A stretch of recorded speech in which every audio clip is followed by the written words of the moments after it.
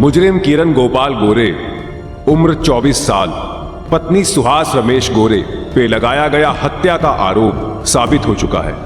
लिहाजा ये कोर्ट किरण गोपाल गोरे को आईपीसी की धारा 302 के तहत उम्र कैद की सजा सुनाती है।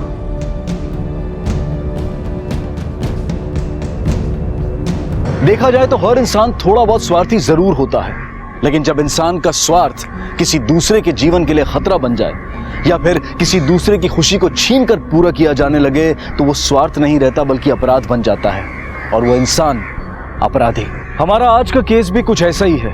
एक बच्चे को उसकी माँ से या फिर माँ को उसके बच्चे से दूर कर दिया जाए तो इससे बड़ी सजा उन दोनों के लिए और कोई नहीं हो सकती। शायद इसीलिए ये नियम बनाया गया है कि महिला कैदियों के मासूम बच्चों को 10 वर्ष की आयु तक उनके साथ ही रहने दिया जाए। लेकिन विडंबना देखिए कि ऐसा होने से वो मासूम बच्चे भी अपनी माँ की सजा के हिस्सेदार बन जाते हैं, उस गुनाह की सजा पाते हैं जो उन्होंने किया ही नहीं।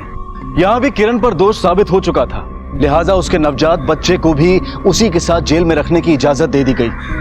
लेकिन क्या सच में किरण दोषी है या फिर उसे एक झूठे केस में फंसाया गया है? जो भी हो, लेकिन किरण और उसका बच्चा आज जेल की जिंदगी जी रहे थे। उस बच्चे के लिए जेल ही अब उसका घर बन चुका था।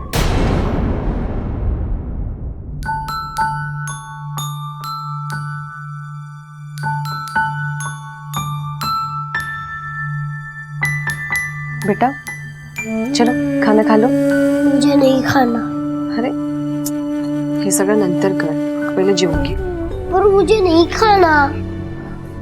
अच्छा चलो ठीक है, कहानी सुनते सुनते खाना खाएंगे, ठीक है? पता है एक तेरी तरह एक प्यारा सा बच्चा था, उसका भी नाम तेरी तरह कृष्णा था। वो भी खाना नहीं खाता था, बस पूरे दिन सबके घर का माखन चुराता था। फिर पता है एक दिन क्या हुआ, उसकी माँ ने अपने हाथों से उसे खाना खिलाया और वो बहुत ताकतवर बन गया। ऐसा? हाँ चल अभी तू भी जल्दी जल्दी खाना खा ले, आकर आ।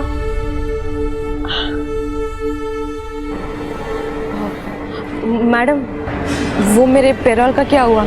मैंने बताया था ना मेरी माँ बहुत बीमार है। मैं तुम्हें बताने ही वाली थी, तुम्हारा पेरोल हो गया है, लेकिन 1 हफ्ते में ही तुम्हें वापस आना पड़ेगा। हाँ अच्छा ये तो बताओ, बाहर जाके सबसे पहले क्या काम करोगी? एक अधूरा काम बाकी रह गया, पहले उससे निपटाऊंगी।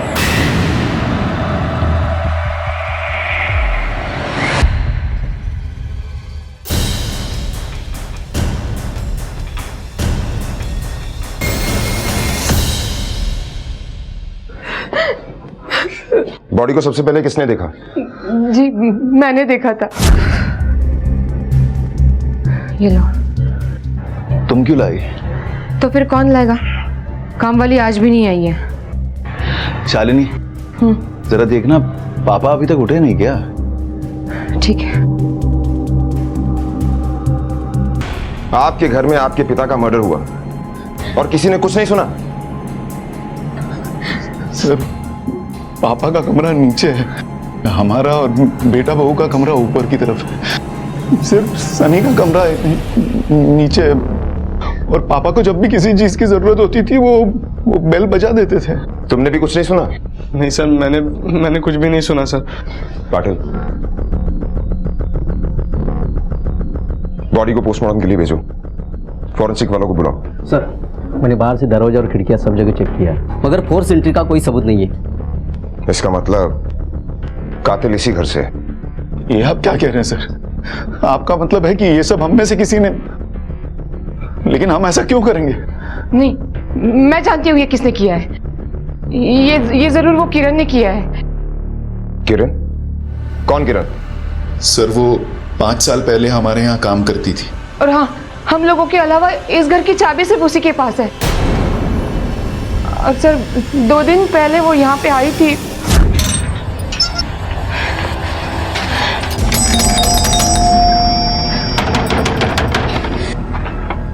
किरण तू यहाँ क्या कर रही है? जेल से परोल मिलती ही सीधा यहाँ पे आई हूँ, अपने माँ के घर पे भी नहीं गई। तेरे ससुर से मिलना है मुझे। देख रुक, कहाँ जा रही है? चल हट, जा जो करना है कर ले। तू कहाँ जा रही है? मत जा।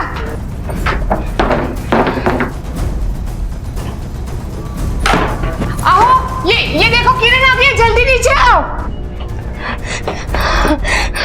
देख देख उस बच्चे को, आज तेरी वजह से मैं और मेरा निर्दोष बच्चा जेल में सड़ रहे। बोल क्यों किया रे? हाँ क्यों किया तूने ऐसा? एक काम करो, पता करो कल रात को किरण थी कहाँ। Okay sir.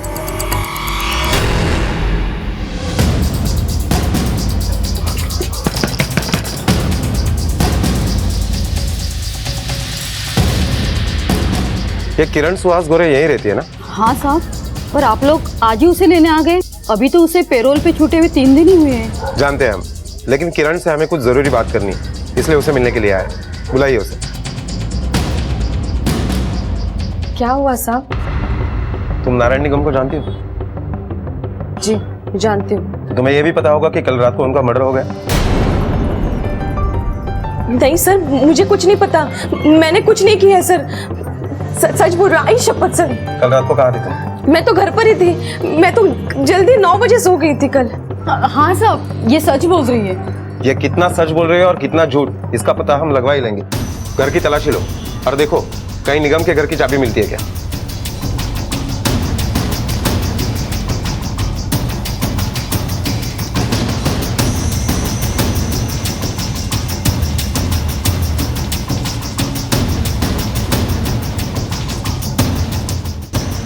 सर चाबी नहीं सापडली। और सापडली चाबी? नहीं सर। परम मैडम क्या हाल है? नहीं सर।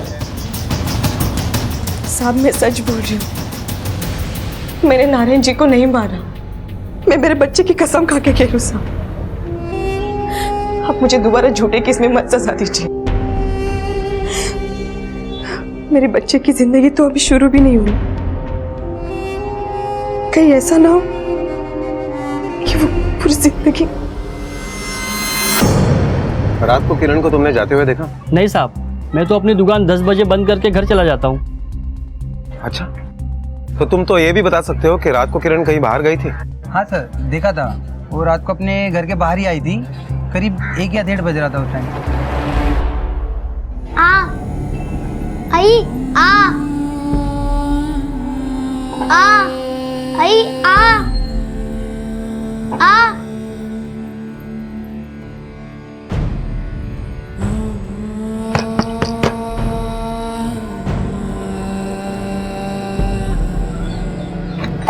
जी साहब। परम मॅडम घेऊन चला तिला. Okay sir. साहब, अरे मैडम मैडम साहब, ये किरण. आई नको किरण, आई किरण. आई कहते हैं कि मां शब्द में वो शक्ति है कि एक कमजोर सी हिरणी भी अपने बच्चे के लिए शेर जैसे ताकतवर और खतरनाक जानवर से भिड़ जाएगी, लेकिन अपने जीते जी अपने बच्चे पर कोई आंच नहीं आने देगी। यहाँ किरण के बच्चे का मासूम बचपन जेल की सलाखों के पीछे गुजर रहा था, जिसके लिए वो सिर्फ नारायण निगम को दोषी मानती थी। तो क्या किरण की उसी ममता ने उसे नारायण निगम का हत्यारा बना दिया था? पुलिस पूरी तरह से इस केस की जांच में जुट गई। सबूत किरण के खिलाफ नहीं थे, लेकिन पुलिस के सामने जो हालात बने थे वो किरण को ही दोषी ठहरा रहे थे। देखो, इनका हाथ मारते हुए थकता नहीं है। अभी भी तुम्हारे पास वक्त है, सब कुछ सच सच बता दो, वरना। साहब मैंने किसी को नहीं मारा। अगर तुमने किसी को नहीं मारा तो रात के 1 बजे घर से बाहर क्या करने के लिए गई थी?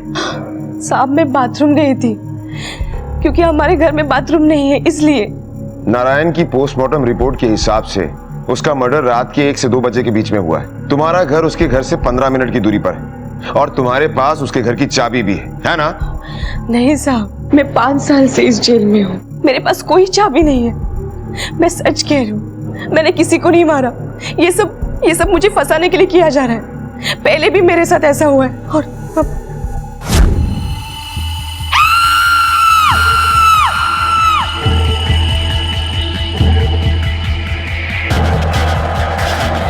ये झूठ है। नारायण काका ने झूठ बोला है। वहाँ सीढ़ी पे कोई तेल नहीं था। मैंने यही बात 5 साल वाले पहले साहब को भी बोली थी। सर झूठ बोल रही है ये। 5 साल पहले की केस में भी इसने यही जवाब दिया था और तभी ये झूठी साबित हुई थी। मैं मेरे बच्चे की कसम खा के कहती हूँ, मैंने किसी को नहीं मारा। सर जब यह घटना हुई थी उस वक्त घर में नारायण जी, काव्या और इसके अलावा और कोई नहीं था। नारायण जी का बेटा निखिल ऑफिस गया था और उसकी वाइफ मार्केट गई थी, और निखिल का बेटा अंशुल और उसके भाई का बेटा सनी, उनकी बाइक खराब हुई थी तो मैकेनिक के यहाँ रिपेयर करवाने के लिए गए थे, और नारायण जी बीमार होने की वजह से तेज चल फिर नहीं सकते थे। अभी मैं वो केस फाइल लेके आता हूँ। सर, ये रही फाइल।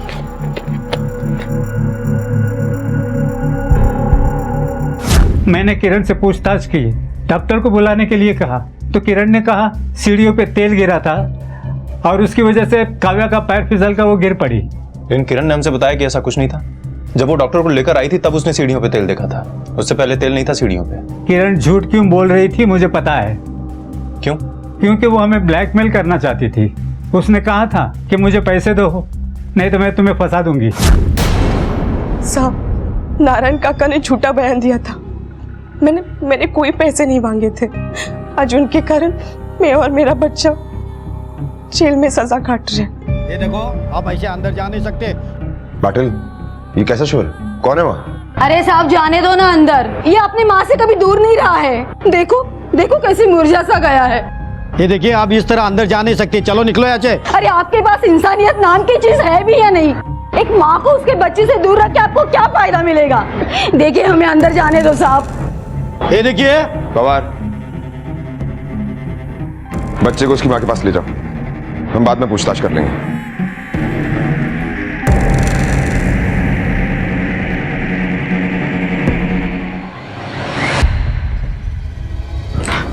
क्या हुआ? इतना डर क्यों रहा है तू? यार वो सब पुलिस का चक्कर हो गया यार। रुक तू। देख भाई, अगर तू इतना डरेगा ना तो हम दोनों मरेंगे एक दिन। देख यार, मुझे सब कुछ पता है, इसीलिए मुझे डर लग रहा है। क्या हुआ? मुझे देख के तुम दोनों चुप क्यों हो गए? क्या बात कर रहे थे? अरे नहीं भाभी, वो इसको ना पुलिस फोबिया है। पुलिस को देखा तो डर गया था। अब मैंने कहा कि अब इतना डरेगा तो सबको ऐसा लगेगा कि हमने ही क्राइम किया है। बस वही बोल रहा था।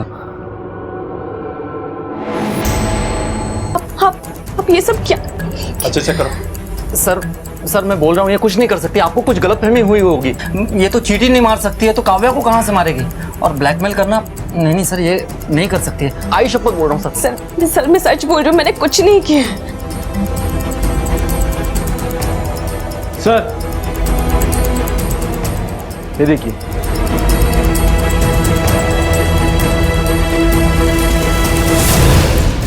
राव एक काम करो, काव्या मर्डर केस की फाइल लेकर आओ। जी।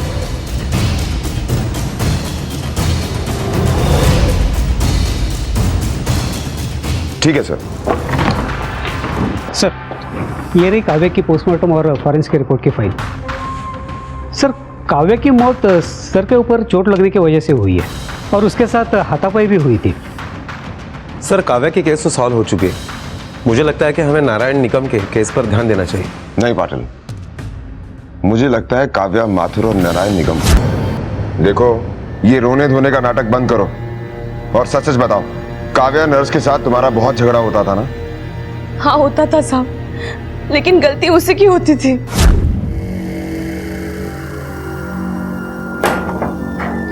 अच्छा सुनो, यहाँ से सफाई करने के बाद नारायण सर के रूम की भी सफाई कर देना।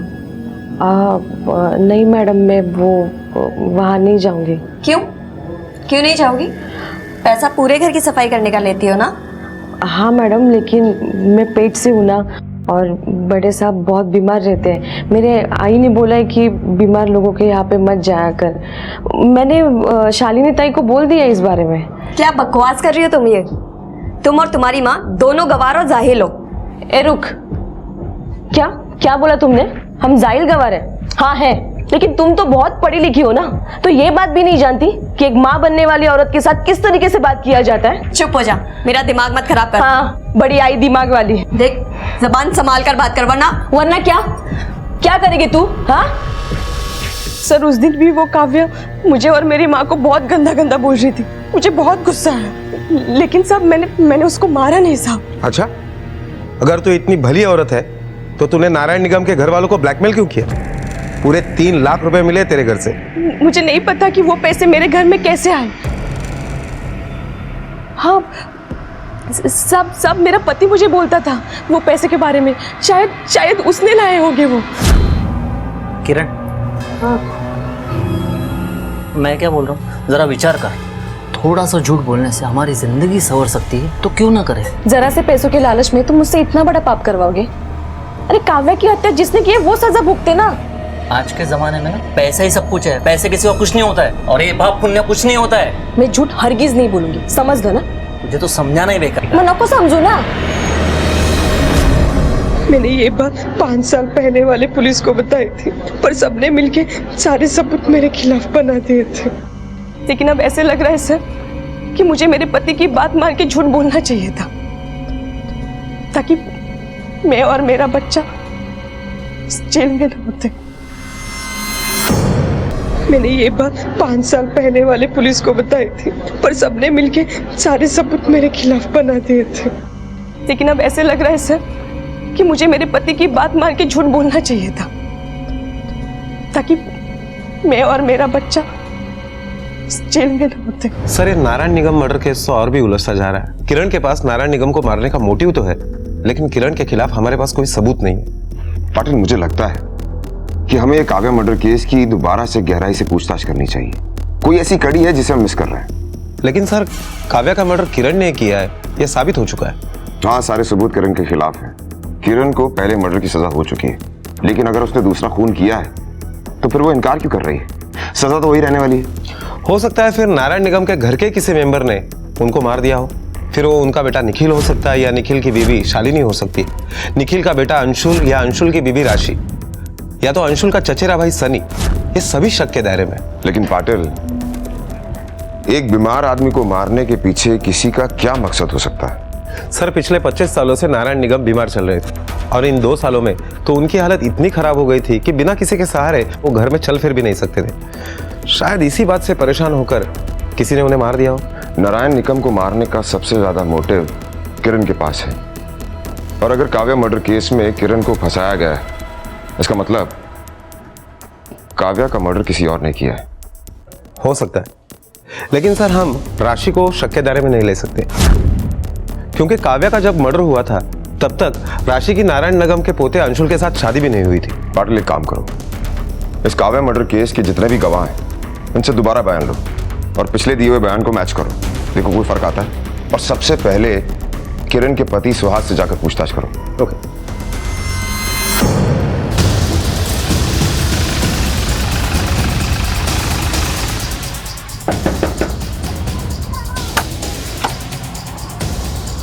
जी, ये सुहास गोरे का ही घर है ना? हाँ सर, ये सुहास गोरे का ही घर है, लेकिन अब वो यहाँ नहीं रहते हैं। तो सुहास गोरे अब कहाँ रहता है?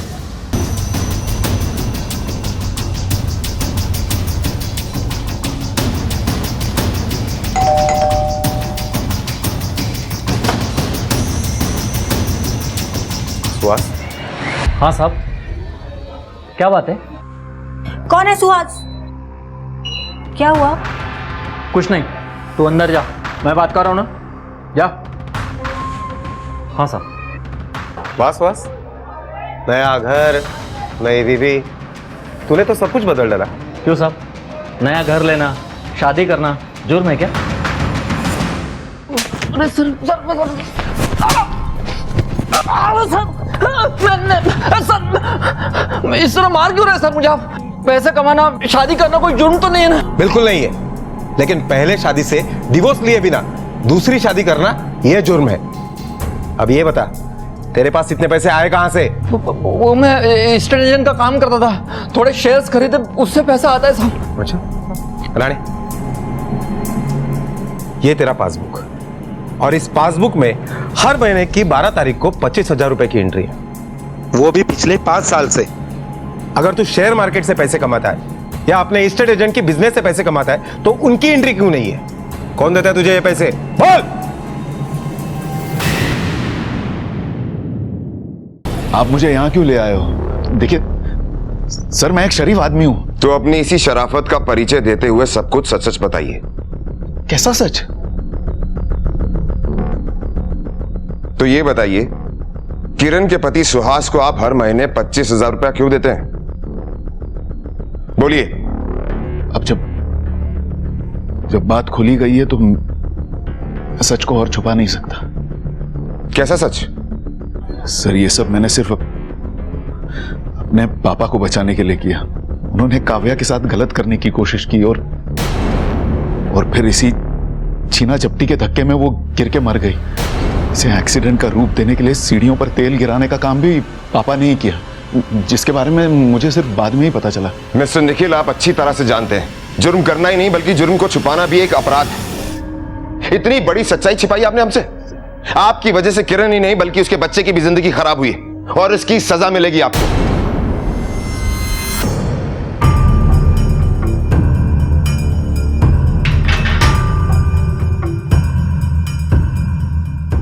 किरण, तुम्हारे लिए एक अच्छी खबर है। क्या सर? 5 साल पहले काव्या मर्डर केस का जो इल्जाम तुम पर लगा था उसमें तुम निर्दोष साबित हो सकती हो। निखिल ने बयान दिया है कि यह मर्डर उसके पिता नारायण ने किया है। देखो, ये अच्छी खबर है, लेकिन ये खबर बुरी बन सकती है। लेकिन क्यों साहब? क्योंकि नारायण का मर्डर करने के लिए अब सबसे ज्यादा मोटिव तुम्हारे पास बनता है। सच सच बताओ, ये मर्डर तुमने किया है ना? नहीं साहब, मैं आपको कैसे यकीन दिलाऊं कि मैंने नारायण जी को नहीं मारा है। किरण को इस बात का गुस्सा तो था कि उसका निर्दोष बच्चा जेल की 4 दीवारी में अपना बचपन बिताने पर मजबूर था। इधर पुलिस नारायण निगम के मर्डर केस की जांच में पूरी तरह से जुटी हुई थी, लेकिन अब तक उनके हाथ कोई सबूत नहीं लगा था। सर, किरण कह रही है कि काव्या को उसने नहीं मारा। अगर उसकी बात पर यकीन किया जाए तो शायद यह भी हो सकता है कि नारायण को भी उसने ना मारा। लेकिन पाटिल, इतनी जल्दी किसी की भी बात पर विश्वास करना सही नहीं है। हमारे काम में इमोशंस की नहीं, सबूतों की जरूरत पड़ती है। जी सर। और बिना सबूत के किरण की बात पर भरोसा करना सही नहीं। सर, एक सोचने वाली बात यह भी है कि पिछले 5 सालों से निखिल ने जो बात छुपा के रखी थी वो इतने आसानी से कैसे बता दी? पाटिल, यही पता करने के लिए हमें निखिल के घर दोबारा जाना होगा और क्राइम सीन को दोहराना होगा ताकि सच्चाई तक पहुंचा जा सके। राणे, तुम डॉक्टर को बुलाने के लिए जाना जो इस गली के कॉर्नर पर है। दौड़ते हुए जाना उसे बुलाने के लिए, बिल्कुल वैसे ही जैसे किरण ने अपने बयान में दर्ज करवाया था। और राव, तुम नारायण जी की तरह बिल्कुल वैसे ही उनके कमरे की तरफ जाना, धीरे धीरे, क्योंकि 1 महीने पहले उनकी बाईपास सर्जरी हुई थी। उनको चलने में फिरने में प्रॉब्लम थी, इसलिए धीरे धीरे जाना और मसाज ऑयल उठाकर सीढ़ियों पर फैलाना। और तुम काव्या की तरह बिल्कुल वैसे ही लेट जाओ जैसे उसकी बॉडी मिली थी। लेटो। पाटिल, जैसे मैं इशारा करूंगा तुम टाइम नोट करना, ठीक है? Ready? Start.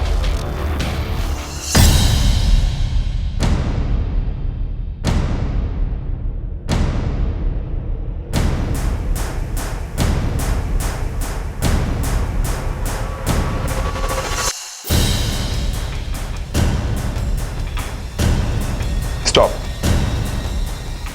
6 minute 15 second. Kiran के हिसाब से वो 5 से 7 मिनट में डॉक्टर को बुला के ले आई थी, जो कि सही नजर आ रहा है। लेकिन राव, नारायण जी जितना बीमार नहीं है, लेकिन फिर भी इसे सबूत बनाने में टाइम लगा। लेकिन तब तक राणे आ चुका है।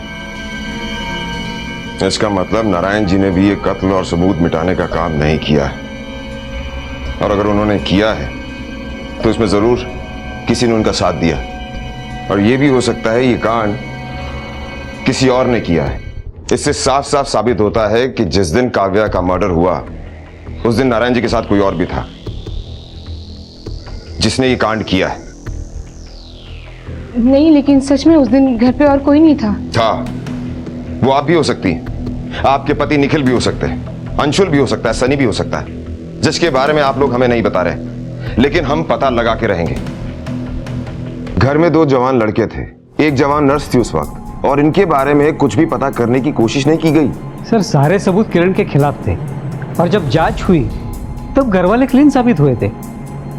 पाटिल, एक काम करो, दोनों लड़कों के बारे में सारी इंफॉर्मेशन निकालो, पता करो इन दोनों लड़कों का काव्या के साथ कुछ चल रहा था। Okay sir. जब तक काव्या मर्डर केस सॉल्व नहीं हो जाता और काव्या का असली कातिल पकड़ा नहीं जाता तब तक नारायण मर्डर केस सॉल्व नहीं हो सकता।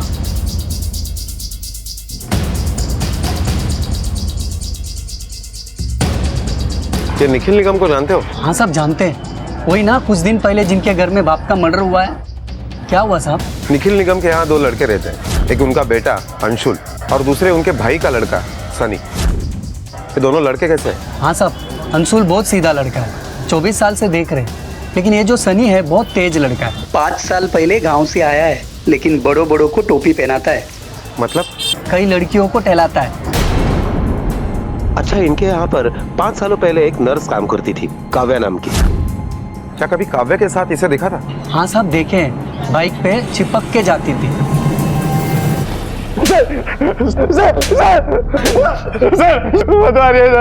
क्यों? दर्द हो रहा है ना? ज्यादा दर्द बर्दाश्त नहीं करना चाहता ना तो सब कुछ सच बता दे, जो कुछ मैं पूछ रहा हूँ। हाँ सर मैं कसम से सच बता दूंगा सर, मैं सब बता दूंगा सर। Very good. अब ये बता, काव्या के साथ तेरा कुछ चल रहा था ना? तो तुझे तेरा कमरा पसंद आया? सब सामान वामान सेट हो गया?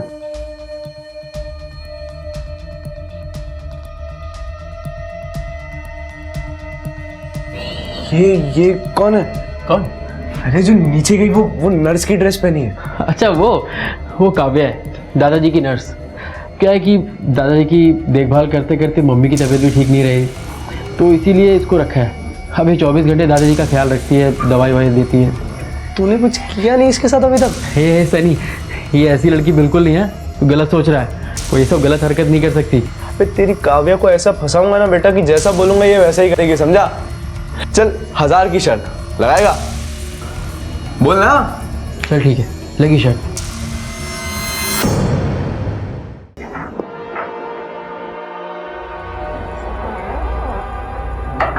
हे हाय।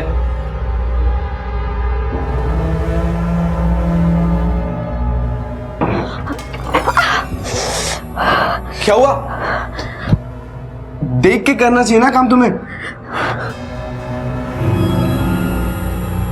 सर वो तो हफ्ते में मेरे बहुत करीब आ गई थी सर। सिर्फ शर्त के लिए तूने एक लड़की को धोखा दिया, उसे जान से मार दिया? नहीं सर मैंने कुछ नहीं किया सर। मैं कसम से कह रहा हूँ सर ये सब कुछ अंशुल ने किया सर। सच में सर मैंने कुछ नहीं किया सर। कुछ नहीं किया मैंने। सर प्लीज रुकिए। सर बताइए तो सर मैंने किया क्या है? सर रुकिए, आप मेरे बेटे को कहाँ ले जा रहे हैं? क्या किया उसने? आपके बेटे ने खून किया है और सनी ने हमें सब कुछ सच बता दिया है। सर ऐसा नहीं हो सकता, सनी झूठ बोल रहा है सर, छोड़ दीजिए। कौन सच बोल रहा है और कौन झूठ, इसका पता हम लगवा लेंगे, समझे ना? चल रहे। सर मैंने कुछ नहीं किया सर, मेरी बात तो सुनिए सर।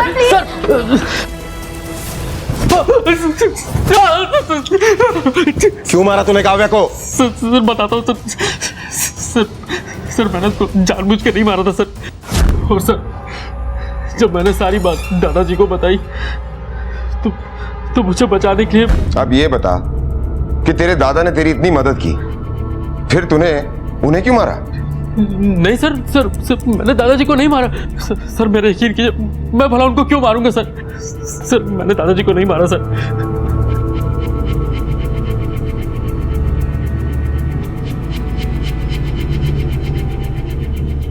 किरण, काव्या का असली कातिल पकड़ा गया है।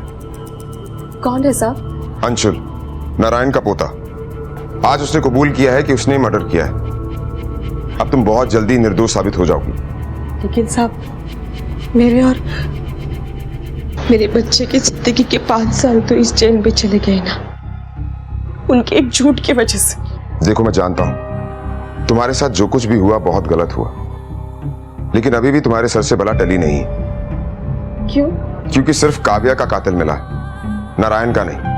और जेल से पैरोल पर छूटने के बाद तुम सीधा नारायण के घर गई थी उसे धमकी देने, इसलिए तलवार अभी भी तुम्हारे सर पर लटकी हुई है। उस एक इंसान की वजह से मेरी पूरी जिंदगी बर्बाद होगी, तो क्या मुझे इतना भी हक नहीं बनता कि मैं उसे कुछ सुना सकूं? खूब राग होता भला तचावर। मैं समझ सकता हूं। देखो, इसीलिए मैं तुमसे जानना चाहता हूं, क्या उन 6 सालों में जब तुम उस घर में काम कर रही थी, तुमने क्या कोई ऐसी चीज नोट की, कोई भी प्रॉब्लम उन घर वालों में, जिससे हमें यह पता लग सके कि नारायण का मर्डर करने का मोटिव क्या है और इसके पीछे है कौन?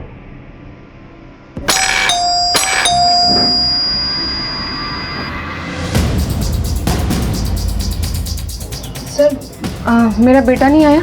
आपसे कुछ बात करनी है। आपके बेटे ने कबूल किया है कि उसी ने ही काव्या का खून किया। क्या? पर वो एक हादसा था, इसलिए उसे सजा कम होगी। लेकिन उसने दूसरा मर्डर किया है, इसलिए उसे फांसी की सजा हो सकती है। दूसरा मर्डर? हाँ, अपने दादाजी नारायण निगम का।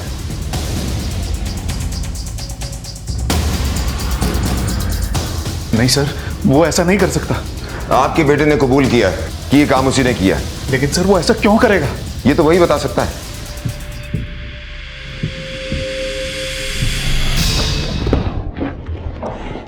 पाटिल, शायद हमारी चाल सही नहीं बैठी। हाँ सर, वरना अब तक अंशुल की माँ शालिनी या तो उसके बेबी राशि या उसका बाप निखिल, इन तीनों में से किसी ने भी मर्डर किया होता तो यहाँ आकर सब कुछ सच उगल देते थे। शायद इस घर के रिश्तों में स्वार्थ भारी है, हमें कोई और तरीका ढूंढना होगा।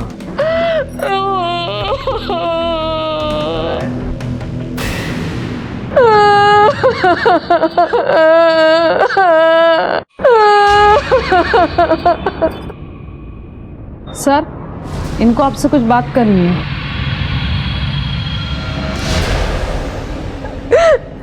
सर, मेरे बेटे अंशुल ने अपने दादा को नहीं मारा, वो निर्दोष है।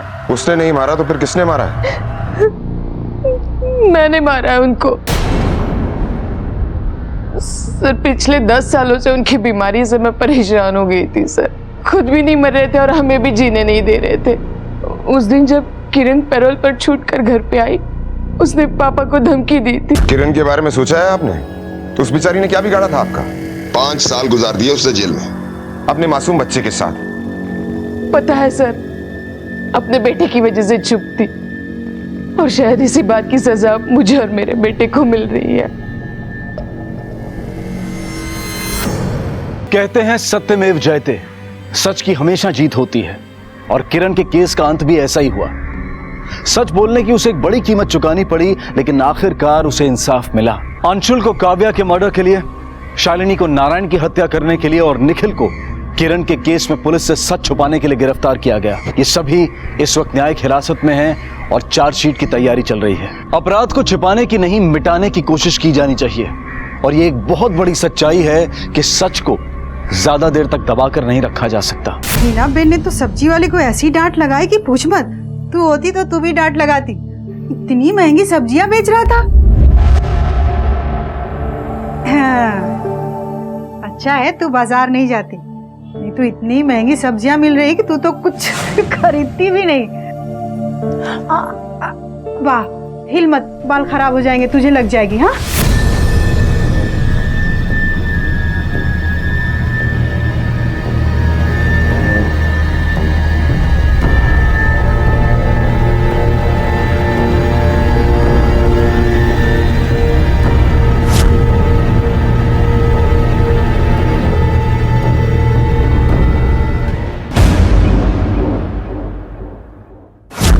सर, ये औरत सड़क पर घायल अवस्था में कांस्टेबल तांबे को मिली।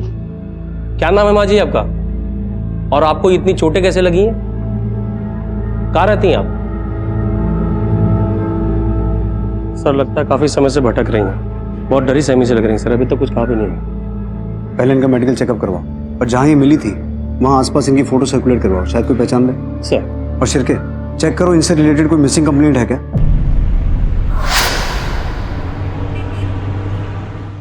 इनकी मिसिंग कंप्लेंट लिखानी है। इनका नाम है रूपल सूरती। क्या नाम बताया? रूपल सूरती। उम्र? 45। कब से गायब है? सर 2 दिन हो गए सर, घर नहीं आई। आप उनके हस्बैंड हो? जी, मैं फ्रेंड हूँ इनका। मेरे मतलब नेक्स्ट डोर नेबर, पड़ोस में ही रहती है, साथ वाले घर में। आपको पता नहीं, सिर्फ रिश्तेदार ही कंप्लेंट कर सकते हैं। सर प्लीज कंप्लेंट ले लीजिए ना, 2 दिन हो गए सर, पता नहीं किस हाल में होगी बेचारी। अरे फिर उनके रिश्तेदार को बोलिए ना कि यहाँ पे आके कंप्लेंट रजिस्टर करवाए। जाओ तुम यहाँ से।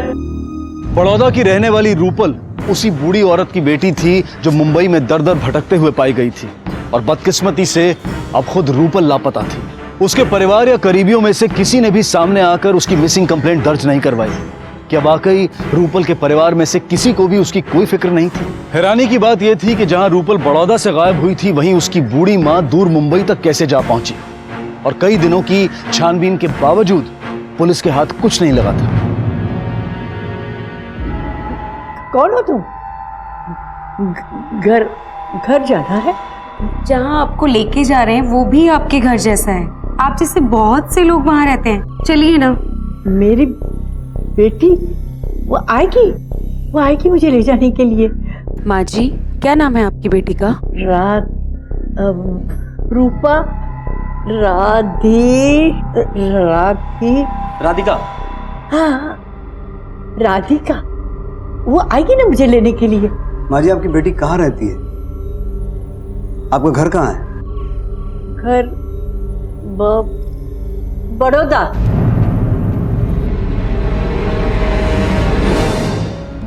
It's probably dementia. ऐसे पेशेंट्स को ज्यादा कुछ याद नहीं रहता, टुकड़ों टुकड़ों में बात को याद रखते हैं। समय पर कुछ ना हुआ तो बहुत रेस्टलेस हो जाते हैं। ऐसे पेशेंट्स के साथ हमेशा किसी ना किसी का रहना बेहद जरूरी है। ठीक है, आप ले जाइए।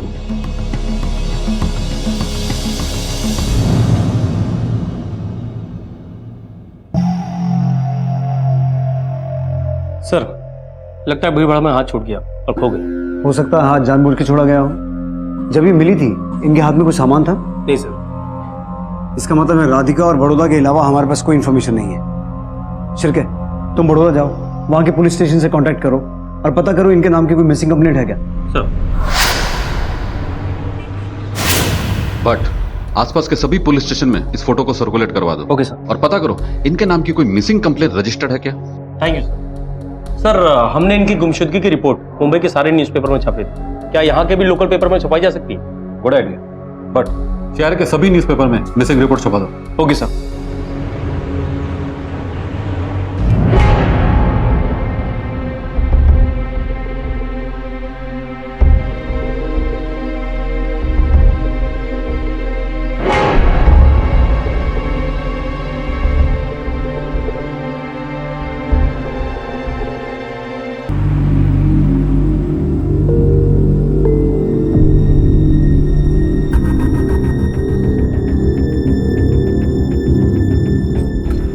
क्या हुआ मैडम?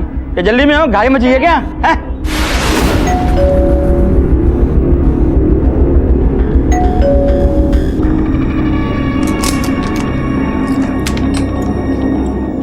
मैडम ये देखो जल्दी।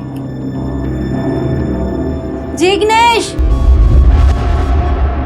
सूत है वो, नहाने जा रहा था। आजो। तो बाहर क्या लिखा है इसमें? साहब इसमें लिखा है ये औरत सड़क पे मिली, जो इसको जानता है वो ये नंबर पे फोन करे, नहीं तो नजदीकी पुलिस थाने में रिपोर्ट करे। आखिर बा पुलिस वालों को मिली कैसे? मैंने तो सोचा था इनसे जिंदगी भर के लिए जान छूटी, पर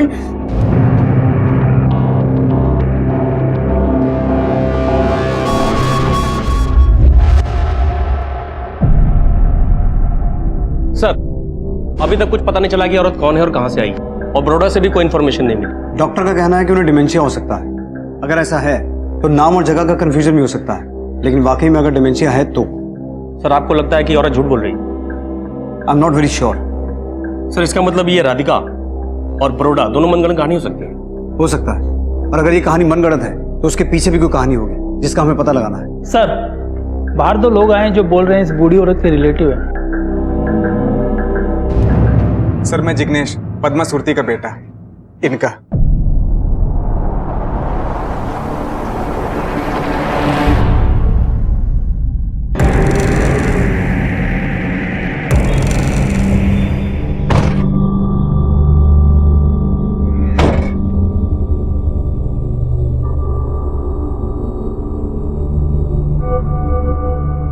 वाह,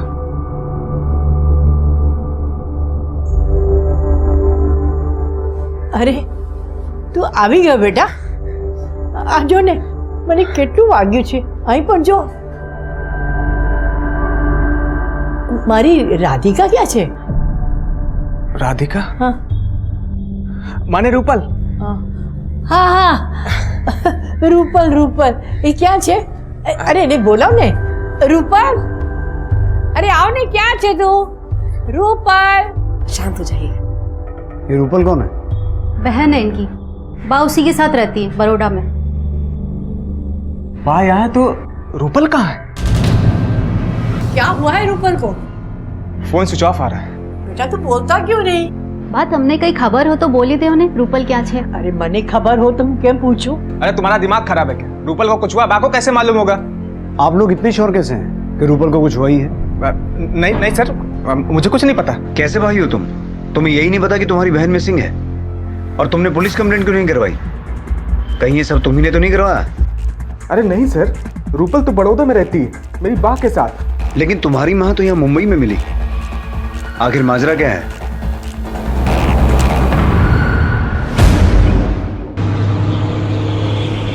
सर आपका कॉल आते ही मैंने एक टीम रूपल के घर भेज दी थी, बट सर वहाँ पे ताला लगा है। पूछताछ से पता चला है कि वो घर 4-5 दिन से बंद है। मतलब पद्मा जी के मिलने के 1 आध दिन पहले से।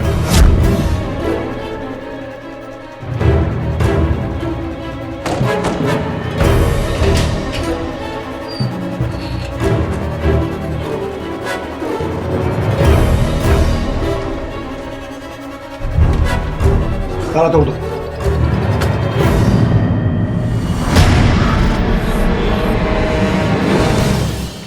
सर्च करो।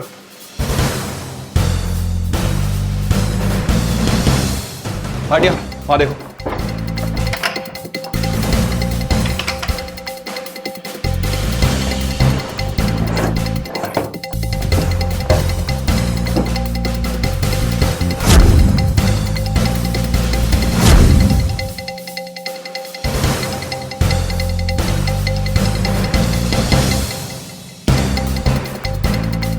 सर कबर्ड में कपड़े काफी कम है। सर कहीं ऐसा तो नहीं कि रूपल अपनी माँ के साथ मुंबई गई हो और मुंबई पहुंचकर उनके साथ कोई हादसा हो गया? अब हादसा हुआ या कुछ और, हमें जल्द से जल्द पता लगाना पड़ेगा। सर घर में कोई खास सामान नहीं मिला और घर को देख के नहीं लगता है कि ये लोग जल्दबाजी में घर छोड़ के गए, क्योंकि कोई भी सामान आउट ऑफ प्लेस नहीं है सर। घर में ये बहुत सारे अचार के डब्बे मिले सर। लगता है घरगुती का काम करती है। नमस्कार सर। आप कौन? जी मेरा नाम दुर्गेश है, मैं ये पड़ोस वाले घर में रहता हूँ। रूपल का कुछ पता चला?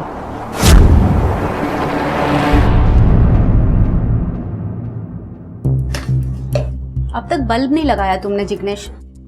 अरे हो गया ना, अभी ये कर दो वो कर दो, क्या क्या करूं? माँ को दवा खिलानी है, चुप नहीं बैठ सकती थोड़ी देर? जब देखो तब ये करो वो करो, मशीन नहीं हूं मैं, बता दिया मैंने।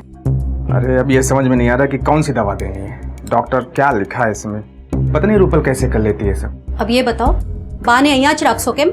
अरे तो बाकी देखभाल कौन करेगा? हाँ भूल गए ना, पायल आ रही है छुट्टियों पे घर। साल में एक बार बच्ची घर आती है, ऊपर से अब इनका झंझट। घर देखो, ऑफिस देखो और अब बा को भी संभालो। अरे मेरी मजबूरी भी तो समझने की कोशिश कर।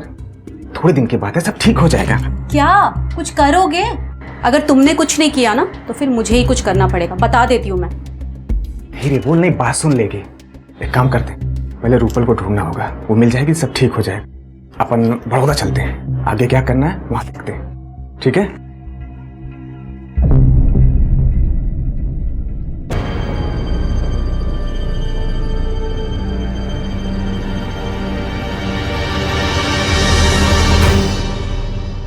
सुना है किसी बच्चे को पैसे देकर रूपल के घर में ताका-झाकी करवाई। ऐसे देखना बंद करो, अपना मकसद बताओ। सर वो मुझे रूपल की चिंता हो रही थी, मैं तो पुलिस स्टेशन गया था उसकी मिसिंग की कंप्लेंट लिखाने, मगर उन लोगों ने लिखी नहीं क्योंकि मेरी उससे कोई रिश्तेदारी नहीं है। तो मैंने सोचा मैं अपने तरीके से ही पता लगाता हूँ बस। तो मोहल्ले के सभी लोगों की इतनी चिंता करते हैं आप, या फिर रूपल में कोई खास दिलचस्पी है? अरे सर ऐसी कोई बात नहीं है, पड़ोस में रहती है, एक अच्छा पड़ोसी होने के नाते, और क्या।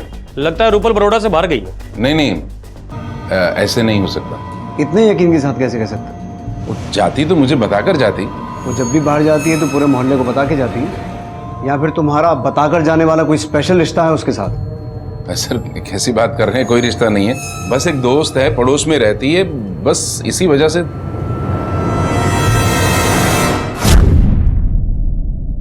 सर हो सकता है कि ये दुर्गेश रूपल का दोस्त और पड़ोसी होने के नाते उसकी चिंता कर रहा हूँ, या फिर पड़ोसी और दोस्ती के रिश्ते से बढ़कर कुछ हो। रिश्ते को जो नाम दिया जाए, असल में वो रिश्ता हो ये जरूरी नहीं। और दुर्गेश की वाइफ का रिएक्शन उनके रिश्ते को इंडिकेट कर रहा था। बट सर तुम रूपल के कॉल रिकॉर्ड्स और लास्ट लोकेशन निकालो। शिरके तुम ये पता करो कि रूपल और पद्मा के बारे में पड़ोसी क्या बोलता है। माँ बेटी का आपस में कोई झगड़ा या फिर किसी और से कोई अनबन। इस जिग्नेश से भी एक बार दोबारा बात कर लेता है। सर वो बड़ौदा ही आ रहा है। साहब मैं तो कहती हूँ रूपल जैसी बेटी हर माँ बाप को मिले। अपने बारे में तो कभी कुछ सोचती ही नहीं थी वो, हर वक्त अपनी माँ का देखभाल करती थी। उसका किसी के साथ झगड़ा या फिर कोई अनबन? ना साहब, झगड़ा तो बहुत दूर की बात, बड़ी हंसमुखी थी वो जिग्नेश ना भाई कहलाने के लायक ना बेटा। क्या आपने उन्हें घर से निकलते हुए देखा था? घर से निकलते हुए तो नहीं देखा। साहब जिग्नेश एक नंबर का स्वार्थी है। बेटी हॉस्टल में, माँ रूपल के साथ, और मुंबई में हस्बैंड वाइफ दोनों जलसा करते होंगे। सर लोगों को क्या मौका मिलते कुछ भी बोलते हैं। मानता हूँ कि रूपल और मेरे बीच में मिसअंडरस्टैंडिंग थी बा को लेके। वो मुझसे बड़ी है, बाकी जिम्मेदारी उस पे है और इन दोनों के खर्च की जिम्मेदारी मुझ पे है। कभी कोई कमी नहीं छोड़ी साहब। अगर ऐसा था तो रूपल को घर से अचार का बिजनेस करने की क्या जरूरत थी? क्या बिजनेस? साहब अभी शुरू किया, अचार बेचती थी वो। उसके हाथों का अचार सबको बहुत पसंद आता था, इसलिए फिर उसने बनाना और बेचना शुरू कर दिया, वो भी अपनी माँ के नाम से, पद्मा पिकल्स। दरअसल रूपल और दुर्गेश की शादी तय हुई थी, लेकिन शादी नहीं की साहब। दुर्गेश तो शादी करना चाहता था, पर रूपल पर उसके माँ की रिस्पॉन्सिबिलिटी थी। आखिर दुर्गेश के घर वाले कितना इंतजार करते। उन्होंने दुर्गेश की शादी शीतल से करवा दी। सर अब उन दोनों के बीच में कुछ नहीं रहा। रूपल ने माँ की जिम्मेदारी चुनी। उसने ये जिम्मेदारी खुद चुनी थी या फिर तुमने मजबूर किया था? सर मैं क्यों मजबूर करूंगा, ये तो उसका अपना फैसला था। दुर्गेश की शादी हो गई, कुछ साल बाद पता चला कि उन दोनों में रोज झगड़े होते थे। किस वजह से ये तो नहीं पता सर। सर सबका कहना है कि माँ बेटी में बहुत प्यार था, तो फिर अचानक कैसे छोड़ के जा सकती है? हो सकता है रूपल के साथ कुछ हुआ हो। लेकिन मोटिव किसके पास है? दुर्गेश की शादी ठीक नहीं थी पद्मा जी की वजह से। उसके पास मोटिव है रूपल और पद्मा जी दोनों को नुकसान पहुंचाने का। लेकिन सर दुर्गेश ने ही रूपल की मिसिंग कंप्लेंट की थी। ऐसा पहली बार नहीं हुआ होगा बट कि अपराधी ने खुद अपराध की कंप्लेंट लिखवाई हो। सर ऐसा भी तो हो सकता है कि जिग्नेश और उसकी वाइफ का इन्वॉल्वमेंट हो, क्योंकि दोनों मुंबई में रहते हैं और पद्मा जी भी मुंबई में पाई गई है। लेकिन सर उनका कोई मोटिव अभी तक सामने नहीं आया। मोटिव ढूंढना होगा छिड़के। एक तरफ ये दोनों हैं और एक तरफ दुर्गेश और उसकी वाइफ। इनमें से कोई भी इन्वॉल्व हो सकता है। बट सर रूपल से जुड़े हर व्यक्ति के कॉल रिकॉर्ड्स निकलवाओ, उनकी हर मूवमेंट पर नजर रखो। Okay sir. लोगों के बताने के अनुसार रूपल अपनी माँ के साथ कुछ भी बुरा नहीं कर सकती। इसका मतलब उसके साथ कुछ ना कुछ जरूर बुरा हुआ है। रूपल, रूपल, अरे रूपल क्या छे तू? वाह क्या हुआ? अरे मारी रूपल क्या छे? मेरी दवा का टाइम हो गया, मेरी तबीयत खराब हो रही है। बा मैं देता हूँ ना। तू लाके देता, आज तक तो लाया नहीं। अरे बा लाएगा मेरी। चोट लग जाएगी। बा इधर आओ, आप बैठो इधर। बड़ा ध्यान। आप शांत हो जाओ। रूपल आए बिना मैं शांत नहीं हो सकती। हम लेकर आएंगे रूपल को, आप शांति से बैठ जाओ, ठीक है? दवाई भी देंगे आपको। हाँ सर रूपल के मोबाइल की last location Baroda bus stop पर इंडिकेट हो रही थी, ठीक उसी दिन जिस दिन गायब हुई। सर मैंने कॉल रिकॉर्ड्स को चेक किया तो पता चला कि फैमिली मेंबर्स के अलावा एक नंबर और है जिससे वो लगातार कांटेक्ट में थी, फोन बंद होने से पहले तक। पता करो किसका नंबर। बट एक टीम बड़ौदा बस स्टैंड भेजो, शायद किसी ने कुछ देखा हो, और हर एक डिटेल निकालना, किसके साथ थी, पद्मा जी साथ में थी नहीं थी, किस डायरेक्शन में गए थे, सब कुछ। Okay sir. आपके पसंद का खाना बनाया, थोड़ा सा खा लो, भूखी रहोगी ना तो।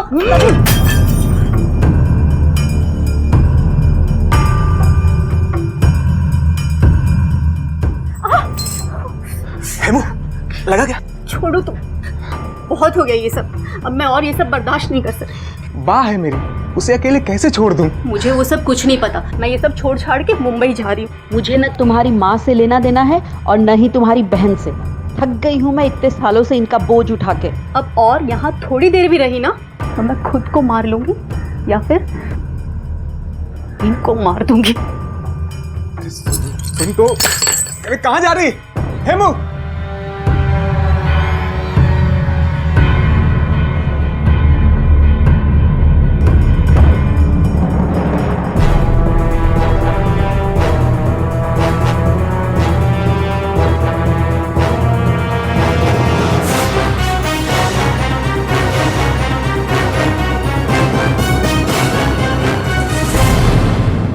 दो बातें हो सकती हैं, या तो रूपल अपनी मर्जी से कहीं गई, जिसके चांसेस बहुत कम है क्योंकि पद्मा की पूरी जिम्मेदारी रूपल के ऊपर थी, तो मोस्टली रूपल किसी बड़ी मुसीबत में है। सर मैंने बस अड्डे पे काफी लोगों से पूछताछ की, स्पेशली टिकट काउंटर पे, पर कुछ पता नहीं चला। सर सर इस आदमी का बस स्टॉप पे स्टॉल है और इसी ने आखिरी बार पद्मा और रूपल को देखा था। उस दिन ये दोनों मैडम वहाँ पे ही थी और ये वाली मैडम ने मुझसे पानी की एक बोतल खरीदी। बैठ, तू यहाँ बैठ, बस अभी आती होगी, मैं तेरे लिए पानी लेके आती हूँ।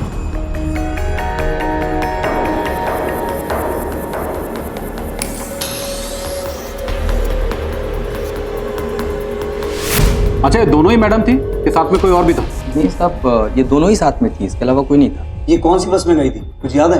ये तो ध्यान में नहीं। जब वो पानी ली थी तब तक ध्यान था, उसके बाद वो कहाँ गई कैसे गई ये मुझे पता नहीं। बट सर इसका ऑफिशियल स्टेटमेंट हो। ओके सर, आओ। वोरा साहब, एक चीज तो साफ है कि माँ बेटी साथ में निकली थी कहीं जाने के लिए, लेकिन वहां से उनके रास्ते कहाँ और कब अलग हुए ये पॉइंट है। मुंबई पहुंचने के बाद यही बस अड्डे पे या फिर किसी और जगह, और बस अड्डे पे इनका फोन क्यों ऑफ हुआ? सर हो सकता है बैटरी खत्म हो गई या फिर जानबूझ के स्विच ऑफ कर दिया ताकि हम ट्रेस न कर पाए। बस अड्डे से निकलने के बाद पद्मा जी हमें मिली मुंबई में, रूपल मिसिंग है। इसका मतलब क्राइम का एक सिरा बस अड्डे से जुड़ा तो है। बदकिस्मती से पुलिस अभी तक रूपल के बारे में किसी ठोस नतीजे तक नहीं पहुंच पाई थी। क्या रूपल किसी अचानक हुई घटना से पीड़ित थी या फिर वो किसी सोची समझी साजिश का शिकार हुई थी? बहरहाल पद्मा ने रूपल की अनुपस्थिति में खाना पीना त्याग दिया था। दोनों के बीच के संबंध इतने गहरे थे कि खुद रूपल का अपनी मां को मुंबई जैसे बड़े और अनजान शहर में अकेले छोड़ जाना असंभव था। जहां यह केस सवालों के घेरे में घिरा हुआ था, वहीं रूपल की जान को खतरा था। क्या समय रहते पुलिस उस तक पहुंच पाएगी? वाह, तूने खाना नहीं खाया? वाह, अपना ख्याल रखना शुरू कर दो, मैं आपके हाथ जोड़ता हूँ। ऐसे ही मैं घर बैठा रहा तो कंपनी वाले मुझे हमेशा के लिए घर बिठा देंगे, और रूपल बेनी पता नहीं किधर चली गई। सब उसी की वजह से हुआ है। तूने उसके साथ कुछ किया तो नहीं? वाह, शू बात करे छे? तू उसके साथ झगड़ा करता था ना, जरूर तूने ही उसके साथ कुछ किया है।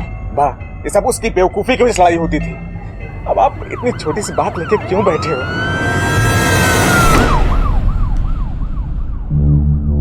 इंस्पेक्टर साहब, रूपल बेन का कुछ पता चला क्या? हमें जो बताया था वही नहीं बताओ। कुछ दिन पहले रूपल बहन आई थी मेडिकल स्टोर में। इतना सारा स्टॉक रूपल बहन? बात जिग्नेश के पास जा रही है ना लंबे समय के लिए, इसीलिए। शुभ बात है। ये चमत्कार कैसे हो गया? मनीष भाई, प्यार से कोई भी काम कराओ ना, हो जाता है। ठीक है, तुम जाओ। तेरी बहन के गायब होने से पहले तेरी माँ तेरे साथ रहने के लिए आने वाली थी, और रूपल के कॉल रिकॉर्ड से पता चला है कि उन दिनों तेरी और रूपल की काफी लंबी चौड़ी बात हो रही थी। सर, वो तो मैंने हालचाल पूछने के लिए फोन किया था, और बा को साथ रखने का भी कुछ डिसाइड नहीं हुआ था। हाँ, लेकिन रूपल की बातों से तो ऐसा लगता है कि पहले से डिसाइडेड था कि रूपल तुम्हारे साथ शिफ्ट होने वाली है। नहीं सर, ऐसा कुछ नहीं है। बा किसके साथ रहना ये हुआ, लेकिन पर ये झूठ बोल रहा है। ये ना उससे झगड़ा करता था, जलता था मेरी रूपल से। सच बोल, अपनी माँ और बहन को मुंबई बुलाकर अपनी बहन को गायब कर दिया या मार दिया? साहब, मैंने ऐसा कुछ भी नहीं किया है। रूपल तेरी माँ को मुंबई तेरे घर छोड़ के गई थी, लेकिन अपनी माँ का ध्यान रखने के बजाय तूने उसे सड़क पर छोड़ दिया। साहब, माँ का ध्यान नहीं रखता, लापरवाह हूं, लेकिन ऐसा कुछ भी नहीं है। अच्छा, तो फिर कैसा है, तू ही बता। माँ को घर में रखने के लिए एक बार बहुत झगड़ा हुआ और मैं मान भी गया था, लेकिन बाद में बीबी ने इतना हंगामा किया कि मुझे मना करना पड़ा। देख जिग्नेश, तू ऐसा नहीं कर सकता। तूने तो बोला था कि बा को अपने पास रखेगा, फिर तू ऐसे कैसे कह सकता है? मैं बा को लेकर आ रही हूँ तेरे पास। रूपल बहन, मेरी बात समझना, मैं बा को घर में नहीं रख सकता। पैसे भेजता हूँ ना मैं हर महीने, चाहिए तो मैं डबल भेज देता हूँ, पर बा को घर पे नहीं रख सकता। जिग्नेश, तू तेरे पैसे ना अपने पास रख, तुझे बा को अपने पास रखना होगा। बस मैं लेके आ रही हूँ बा को। अरे मैं बा को घर पे नहीं रख सकता, मेरी बात तो समझ। रूपल तेरी माँ को लेकर तेरे घर आने वाली थी, ना तो तेरे घर वो पहुंची और ना ही तूने फोन करके पूछा कि वो कहाँ है। साहब, मुझे लगा वो फोन पे समझ गई है कि मैं बा को घर पे नहीं रखना चाहता। सच बता रहा है या कहानी सुना रहा है? रूपल जिद करके तेरी माँ को तेरे घर ला रही थी, अपनी बहन को ठिकाने लगाया, और अपनी माँ को? बहन है मेरी, मैं उसे कैसे मार सकता हूँ? सब पता लगा लिया है हमने। बड़ौदा वाला घर तेरी माँ और बहन के नाम पे है।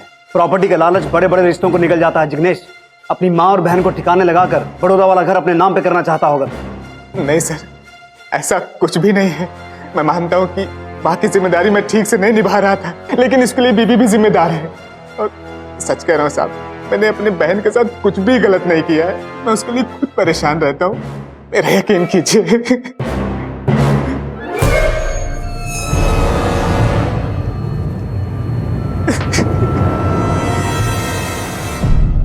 सर ये तो एक ही रागा लप रहा है, छोड़ दें इसे। नहीं अभी नहीं, इसके फोन और ट्रायंगुलेशन रिकॉर्ड्स निकालो।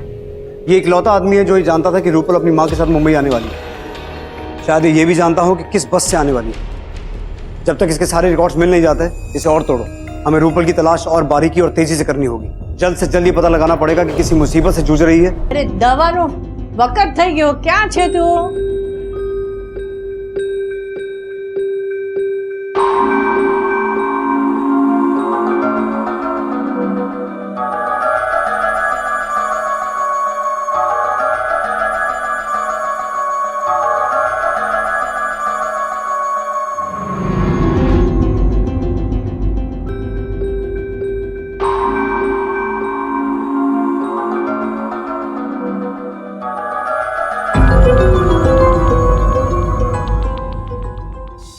सर जिग्नेश की इंक्वायरी में पता चला है कि जिग्नेश जरूरी काम से एक दिन जल्दी ऑफिस से निकला था और उसे कॉल रिकॉर्ड से पता चला है कि उस दिन उसकी बात प्रॉपर्टी डीलर से हुई। सर उसकी फोन लोकेशन बस अड्डे आसपास नहीं दिखाई गई। लेकिन ये जिग्नेश जितना सीधा दिखता है उतना सीधा है नहीं। इनफैक्ट सर हिमाक्षी के कॉल रिकॉर्ड भी क्लीन है। पिछले 3 दिनों से वो सेम रूट फॉलो कर रही है। घर से मार्केट जाती है और मार्केट से घर जाती है। सर फोन रिकॉर्ड के हिसाब से दोनों हस्बैंड वाइफ क्लीन है। सर इस कंडीशन में भी क्या हमें जिग्नेश को लॉकअप में रखना चाहिए? ठीक है, फिलहाल उसे जाने दो, लेकिन पति पत्नी पर नजर रखना। सर जिस हिसाब से रूपल का कोई क्लू नहीं मिल रहा है, कहीं ऐसा तो नहीं कि वो कोई सड़क हादसे का शिकार हो गई? हो सकता है बट लेकिन 10 दिन बीत चुके हैं। अगर हादसा हुआ होता तो अभी तक पुलिस स्टेशन में कोई खबर तो आती। एक्सीडेंट या अटैक ऐसी कोई भी न्यूज सामने नहीं आई जिसका डिस्क्रिप्शन रूपल से मैच करता हो। मुझे स्ट्रांगली ऐसा लगता है कि रूपल अभी जिंदा है और किसी खतरे में है।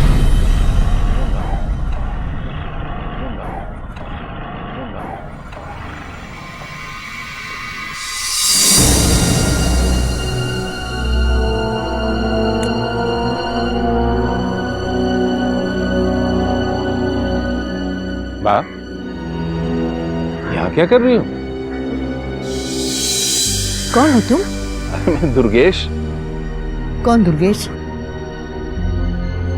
ठीक है, मुझे नहीं पहचानती हो, पर अपनी बेटी को क्यों भूल जाती हो? रूपल। रूपल? हाँ, कहाँ गई वो? अरे कहाँ गई? मने शू खबर? याद करो, याद करो। ना ना, मने खबर नहीं।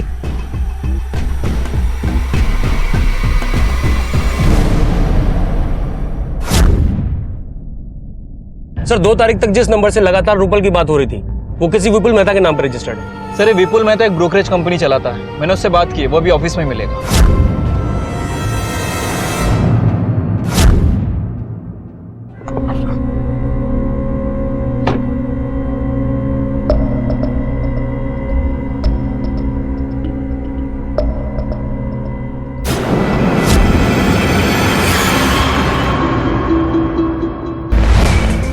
वाह,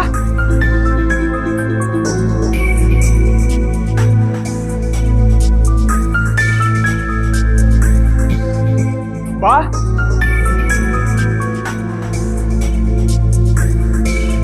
अरे राजू भाई, बा को देखा क्या?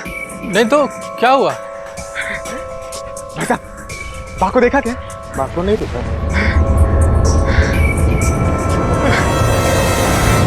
रूपल को जानते हो? जी, वो बिजनेस के लिए फंड चाहिए था ना, बस इसी सिलसिले में जानता हूँ। आखिरी बार कब बात हुई? आखिरी बार यही 4-5 दिन पहले हुई थी। लेकिन आप लोग ये सब मुझसे क्यों पूछ रहे हो? पिछले 4 दिन से वो गायब है। सर मुझे नहीं पता है कि क्या हुआ, लेकिन हाँ बिजनेस के लिए फंड चाहिए था, इसी सिलसिले में हम लोग की बात होती थी बस। लेकिन तेरे कॉल रिकॉर्ड तो कुछ और कहानी बयान कर रहे हैं। इनके हिसाब से तू दिन में 4-5 बार बात किया करता था, सिर्फ फंडिंग के लिए। सर उसकी बाकी ना तबीयत खराब रहती थी और वो उनको लेके ना कहीं आ जा नहीं सकती थी, बस इसी सिलसिले में थोड़ा बहुत बात हो जाती थी। आखिरी बार कब बात हुई? सर अभी तो बताया आपको कि 4-5 दिन पहले ही बात हुई थी हम लोगों की। डेट बोल। सर 2 फेब को बात हुई थी।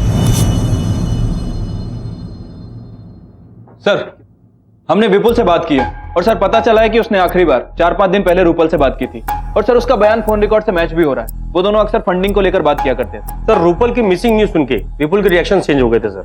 वो हमारी बात इग्नोर कर रहा था और अपने क्लैरिफिकेशन दे रहा था। रूपल के गायब हो जाने पर उसने कोई सवाल जवाब नहीं की। बट ये पता लगाओ जिस दिन रूपल गायब हुई थी उस दिन विपुल कहाँ था, किसके साथ? हेलो, क्या?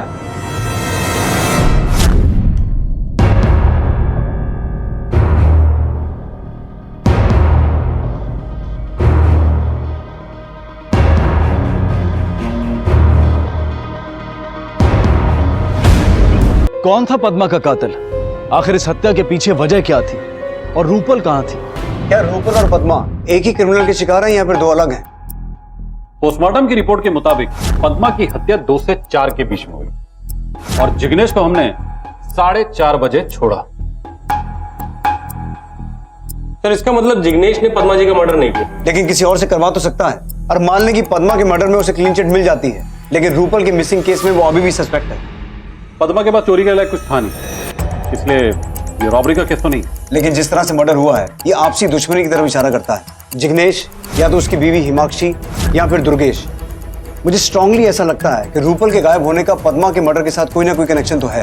अगर ये पता चले कि रूपल के साथ क्या हुआ है तो पद्मा का खूनी सामने आ जाएगा। रूपल के सारे सस्पेक्ट यही हैं, दुर्गेश, उसकी पत्नी शीतल, उसके भाई और भाभी और ये विपुल। हमें इन सब के लेटेस्ट फोन और ट्रायंगुलेशन रिकॉर्ड चाहिए और इस विपुल की भी कुंडली निकालनी है। बट इनकी इंफॉर्मेशन फौरन निकालो। Okay sir. सर ये देखिए, विपुल ने हमें पूरा सच नहीं बताया था। ये विपुल और रूपल के बीच हुए मैसेज के रिकॉर्ड है। देशमुख साहब, इस विपुल की गर्दन में रोड़ने का टाइम आ गया बोरा साहब। अरे लेकिन सर कहा मैंने क्या किया? कैसे क्या झूठ बोलना है, इसकी बहुत प्रैक्टिस है ना तुझे।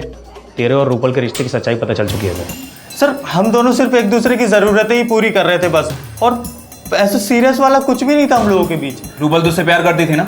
सर वो मुझसे नहीं, दुर्गेश से प्यार करती थी। और रूपल ने मुझसे कहा भी था एक दिन कि दुर्गेश और रूपल के प्यार के बीच ना वो दुर्गेश की पत्नी कांटा बन रही थी। तेरे साथ रह के वो दुर्गेश से प्यार करती थी, इसलिए मारा तूने उसे? नहीं सर, ऐसा कुछ भी नहीं है सर, कसम से मैंने ऐसा कुछ भी नहीं किया सर।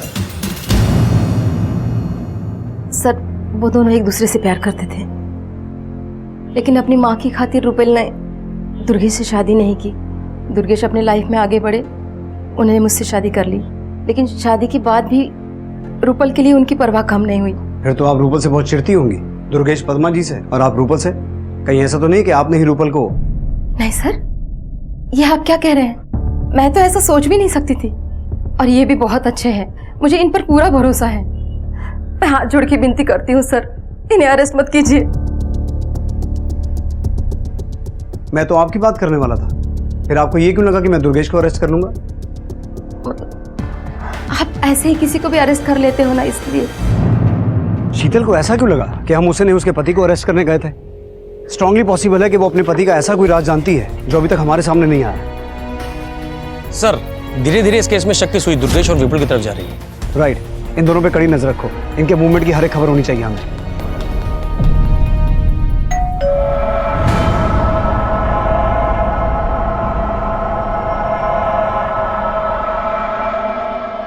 जी अब क्या है? थाने चल, सब पता चलेगा। अरे लेकिन क्यों? चल क्यों? अरे क्यों? सर मैंने क्या किया? मुझे क्यों लेके आए हो आप? हट, इसे पहचानते हो? नहीं। ये जला हुआ मोबाइल देख, अब कुछ याद आया? नहीं। तेरी बदकिस्मती से ये बच गया और इसके IMI नंबर से पता चला है कि ये रूपल का फोन है। चल बोल। मैंने सच में कुछ नहीं किया सर। आप लोगों को कुछ गलतफहमी हो रही है, मैंने सच में कुछ नहीं किया। आप लोग ज्यादा स्मार्टनेस इंसान को गंदा फंसा देता है। ट्रायंगुलेशन रिकॉर्ड ने हमें वहां पहुंचा दिया है जहां तूने अपने डर को जलाया था। पाटिया, आसपास देखो कुछ मिलता है क्या?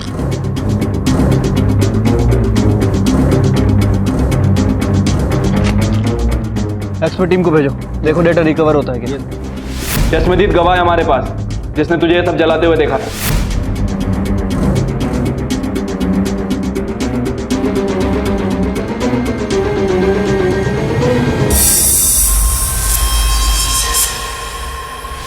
सर मैंने आप लोगों को बताया था ना, रूपल और मेरा रिलेशन था। सर उसकी कुछ चीजें थी मेरे पास, पर मुझे नहीं पता वो कहाँ गई और किसके साथ गई। सर मुझे जितना पता था मैंने सब बता दिया आप लोगों को। अच्छा, लेकिन तेरे दूध वाले ने कुछ और कहानी बताई थी। ये विपुल अकेला ही रहता है? इतना तो नहीं बता सकते, पर एक औरत को देखा था यही औरत थी? हाँ यही है। आखिरी बार कब देखा इसे विपुल के घर पे? परसों जब दूध देने गए थे। अब समझ में आया तुझे क्यों लेके आए हैं? लगता है इसे याद करने में हमारी और मदद चाहिए। बट इसको अच्छी तरह से याद करवाओ, रुकना मत। रूपल थी उस दिन मेरे साथ, लेकिन सर मैंने उसे मारा नहीं है सर। सर आप लोगों को जो जो पूछना है आप लोग पूछे, मैं बताता हूँ।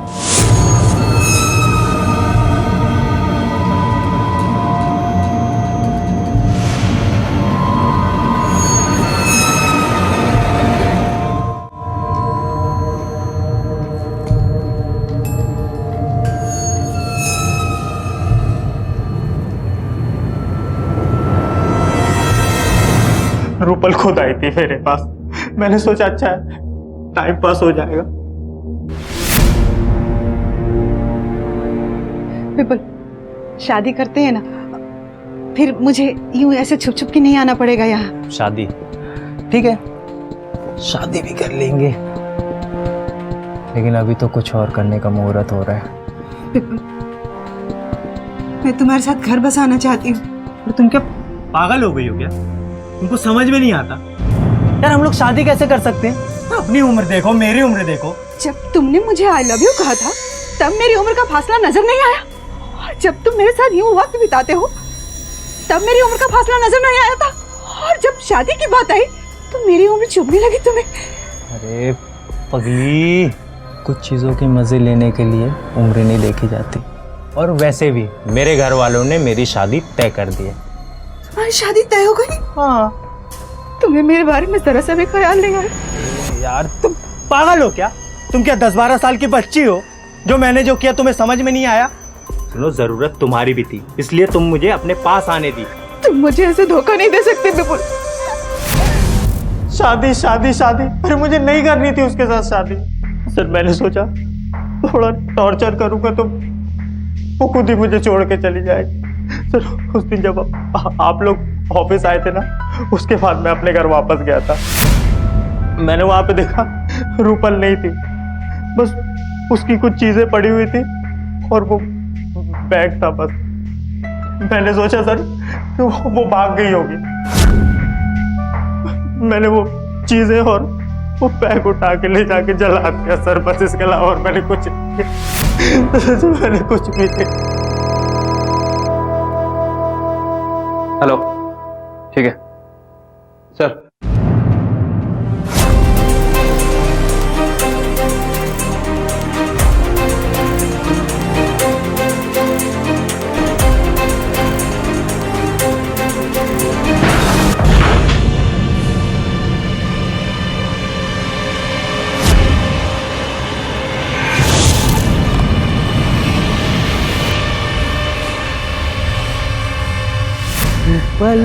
हाँ, कहाँ है वो?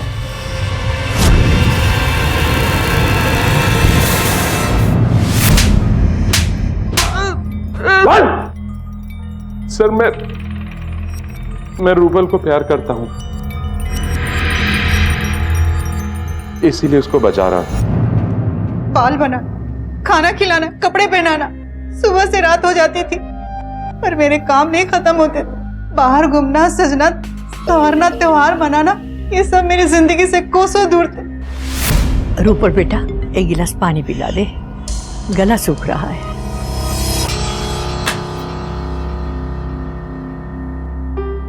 रूपल, रूपल, ऊब गई थी मैं अपनी जिंदगी से। बहुत प्यार करती थी मैं अपनी बात से। शुरू में जिम्मेदारी के बोझ और समझौते महसूस नहीं होते थे। धीरे धीरे मैं उसमें इतनी जकड़ गई कि सांस लेना भी मुश्किल हो रहा था। मैं खुली हवा में सांस लेना चाहती थी। फिर मैंने अपने भाई जिग्नेश को फोन की, उसने बा को रखने को हाँ कर दिया, पर कुछ दिन बाद ना। रूपल बहन मेरी बात समझना, पैसे भेजता हूँ ना हर महीने, चाहिए तो मैं डबल भेज देता हूँ, पर बा को घर पे नहीं रख सकता।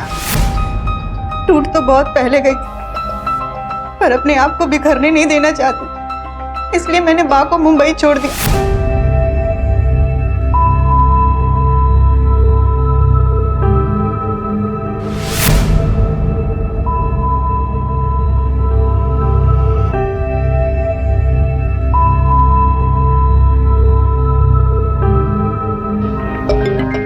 विपुल से शादी करना चाहती थी, उसके लिए सजना संवरना चाहती थी, पर उसकी सोच मेरे बारे में सुन के मैं पूरी तरह टूट गई। मैं तुम्हारे साथ घर बसाना चाहती हूँ। तुम क्या पागल हो गई हो क्या? अपनी उम्र देखो, मेरी उम्र देखो। और वैसे भी मेरे घर वालों ने मेरी शादी तय कर दी है। मैं अपने घर वापस लौट रही थी तो देखा भाभी बड़ौदा आ गई है दुर्गेश के साथ।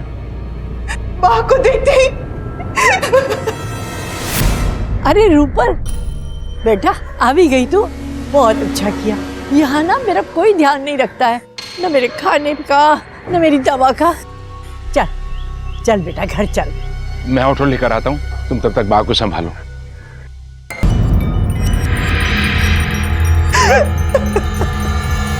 विपुल को धोखाधड़ी के लिए, दुर्गेश और उसकी पत्नी को अपराध में साथ और सबूत मिटाने के लिए और रूपल को यातनाएं देने और हत्या के जुर्म में गिरफ्तार किया गया है। ये सभी इस वक्त जुडिशियल कस्टडी में है। बदकिस्मती से रूपल के भाई जिग्नेश पर कोई भी कानूनी कार्रवाई मुमकिन नहीं थी। हालांकि ये जिग्नेश का स्वार्थ ही था जिसने रूपल पर अपनी बूढ़ी मां की देखभाल की तमाम जिम्मेदारियां लादकर उसे अपनी सहन शक्ति की सीमा के पार धकेल दिया। माना कि बिना शिकायत किए पूरी निष्ठा से अपने दायित्व निभाने वाले इंसान की सहन शक्ति की भी सीमाएं होती हैं, लेकिन रूपल ने जो किया वो इस समस्या का हल नहीं हो सकता। वो जुर्म है और वो कतई माफी के काबिल नहीं है। ये बेहद जरूरी है कि हम अपने परिवारजनों का साथ दें, उनकी कमजोरी नहीं बल्कि उनकी शक्ति बने, मिलकर जिम्मेदारियों का बोझ उठाएं ताकि फिर से कोई जिंदगी गुनाह और मौत की खाई में खाक ना हो। इसी विचार के साथ अब मैं अनूप सोनी आपसे विदा लेता हूं। फिर मुलाकात होगी अगले एपिसोड में एक और चौंका देने वाले केस के साथ। तब तक अपना और अपने परिवार का ख्याल रखें और देखते रहें क्राइम पेट्रोल डायल 100। सबक एक को सीख हम सबको। जय हिंद। क्राइम पेट्रोल्स के और भी दिलचस्प कहानी देखने के लिए हमारे चैनल को सब्सक्राइब करें और बेल आइकॉन दबाना न भूलें।